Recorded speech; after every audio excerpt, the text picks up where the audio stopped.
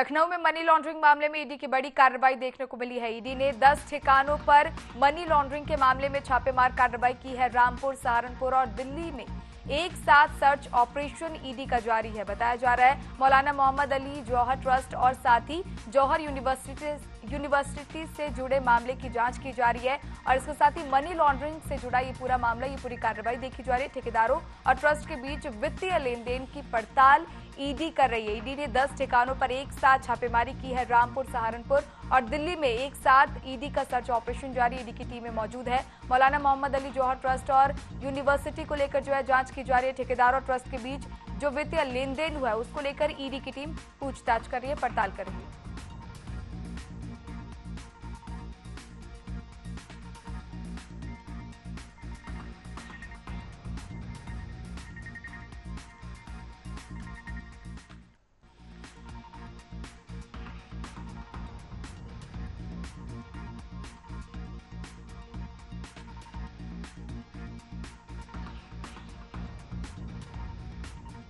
लखनऊ में money laundering मामले में ईडी की बड़ी कार्रवाई देखने को मिली है, जहां एक साथ ईडी की टीम 10 ठिकानों पर रेड कर रही है, छापेमार कार्रवाई कर रही है। इस दौरान जौहर यूनिवर्सिटी में वित्तीय लेन देन को लेकर जो है पड़ताल की जा रही है, दस्तावेज खंगाले जा रहे हैं।